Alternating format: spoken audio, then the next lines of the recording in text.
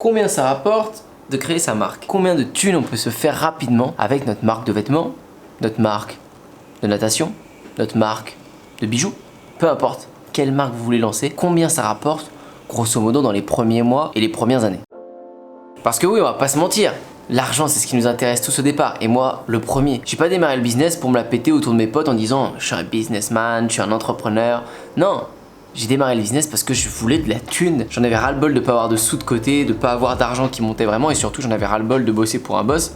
Je voulais maîtriser mes journées et gagner autant que je voulais. Mais si je vous motive tous les jours à commencer une marque, mais que je vous dis pas combien ça peut vous rapporter, il y a un couac. Donc vous allez savoir dans cette vidéo combien ça peut rapporter. Il va falloir relativiser, hein. Parce qu'il y en a beaucoup qui ont trop d'étoiles dans les yeux, et il y en a aussi beaucoup à l'inverse qui pensent que c'est impossible. Les étoiles dans les yeux, c'est pour ceux qui voient leur star préférée. Si c'est mon cas, je pense à Nyjah Huston, un skater, le plus grand skater qui gagne tout en ce moment, toutes les compétitions. Il a lancé sa marque il y a quelques temps, et on va regarder comment il l'a fait d'ailleurs. Mais on peut voir, cette marque-là, c'est son compte, c'est même maintenant sa photo de profil sur Instagram. Il a des millions de personnes qui le suivent. Il n'y a que 3 photos tellement c'est tout frais. Et quand on va sur sa boutique, tout ce qu'on peut voir, c'est que c'est sold out. Il n'y a plus de stock, plus rien. Et c'est là où je vous dis que ça fait rêver. Parce qu'il y en a beaucoup qui vont me dire Antoine, j'ai vu, lui, il a lancé sa marque. Et direct rupture de stock et tout. Il a publié ça sur les réseaux. Il y a plein de stars qui l'ont reposté. Donc ça veut dire qu'il faut faire des placements de produits avec des stars qui tripostent. En fait, c'est ça la stratégie. T'as rien compris.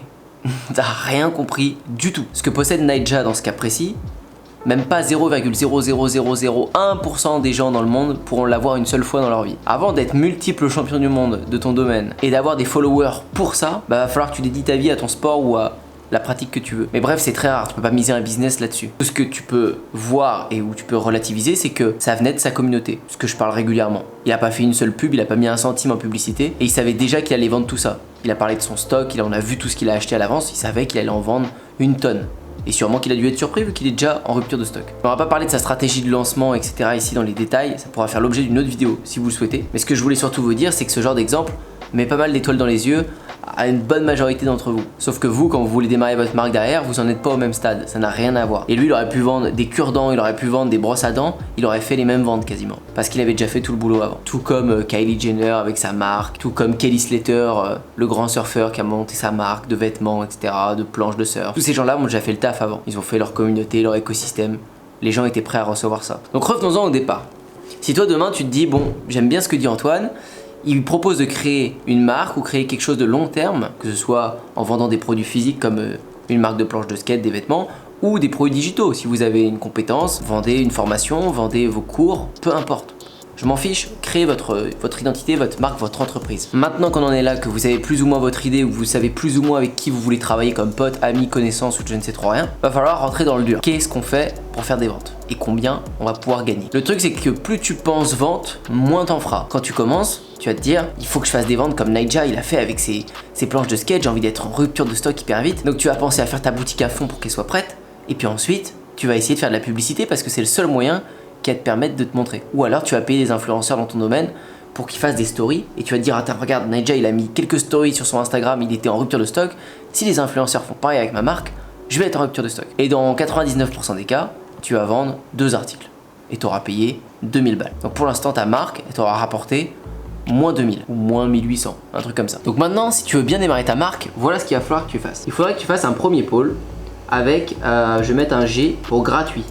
Bon, c'est un G, je fais comme je peux, c'est un petit peu mal écrit. Gratuit. En fait, c'est le contenu gratuit que tu vas pouvoir apporter pour faire de l'audience et pour faire des emails. Je vais vraiment résumer ici parce que sinon ça va être long. Mais ce que tu peux voir avec Kylie Jenner, avec Nyjah Huston, avec Kelly Slater et avec plein d'autres que je pourrais citer, c'est que quand ils ont fait leur lancement de marque, ils auraient pu prévoir un chiffre facilement. Ils auraient pu se dire, et ils l'ont peut-être et sûrement fait, ça va faire entre 1 et 5 millions, 1 et 10 millions peut-être. Par rapport aux vues de story qu'ils font, ils savent que les gens qui cliquent sur leur story, on voit les stats, il y a peut-être à chaque fois 20 000 personnes qui cliquent sur un traffic show, donc les gens ils les connaissent déjà, c'est du traffic show, et il y a peut-être 10% ou 20% qui vont acheter leurs produits. Ils ont pu faire des statistiques, des pronostics un peu de cette manière-là. Donc vous, si vous voulez pouvoir, à moindre échelle, pour dans un premier temps commencer avec quelque chose, il va falloir commencer à attirer cette audience. Donc le gratuit va vous permettre de collecter d'une part des emails et d'une autre part de l'audience, des gens qui vont vous suivre. Et c'est seulement une fois que vous savez combien de personnes vous avez dans votre liste d'emails et dans votre communauté, dans votre réseau, que vous allez pouvoir déjà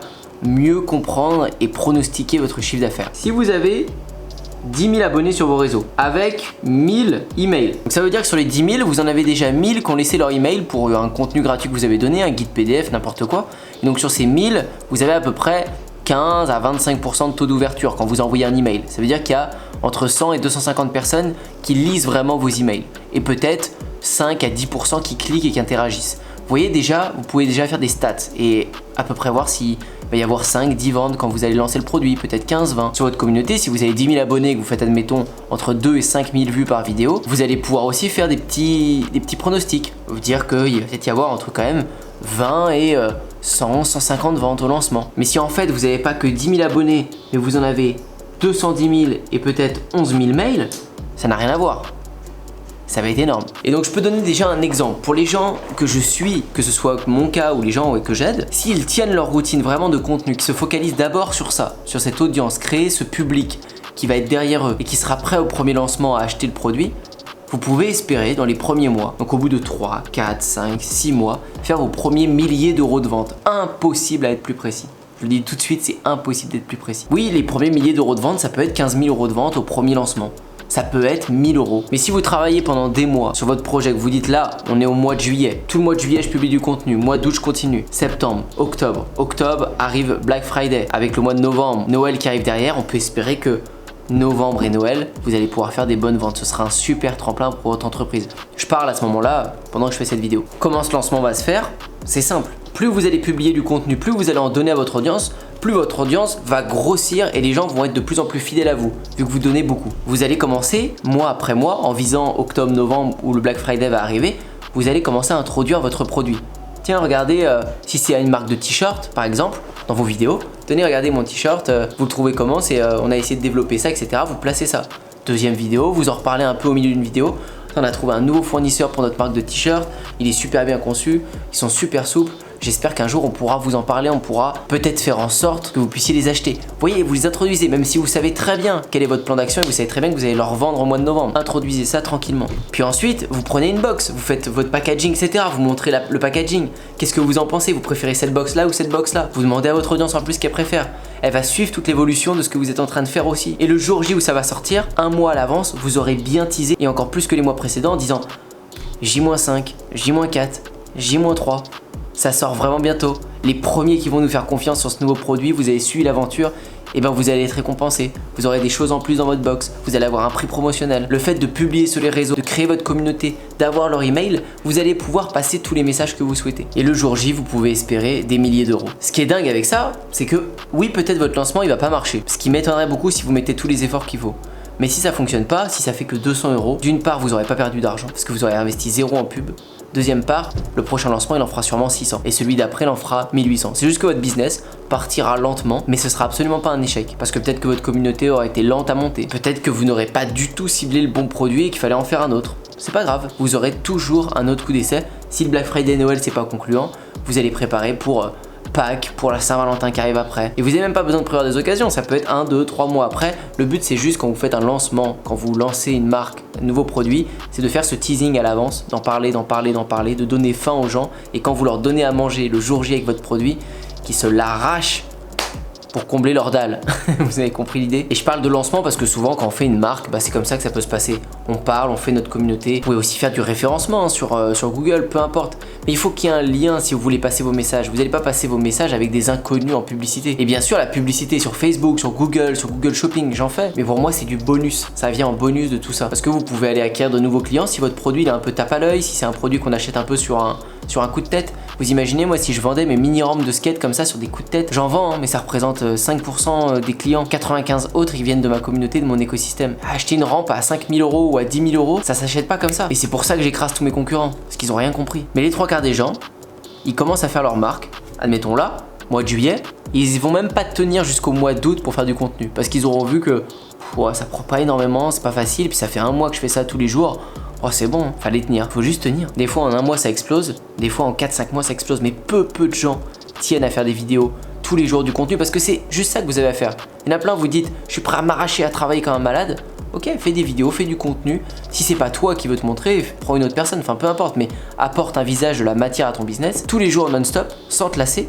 Et là on verra si tu peux tenir sur le temps, on verra si t'es bon, si tu mérites d'avoir des résultats. Bon voilà, j'espère que cette vidéo elle vous a plu. N'hésitez pas à mettre un like, à vous abonner à la chaîne si c'est le cas. Et ma question pour toi c'est de savoir si t'as une marque, forcément. Si t'as un business de drop ou autre, ça compte pas. Je veux savoir si t'as une marque, quelque chose qui tient dans le temps, un projet qui te tient à cœur. Dis-moi ça dans les commentaires et moi je te dis à bientôt. Ciao.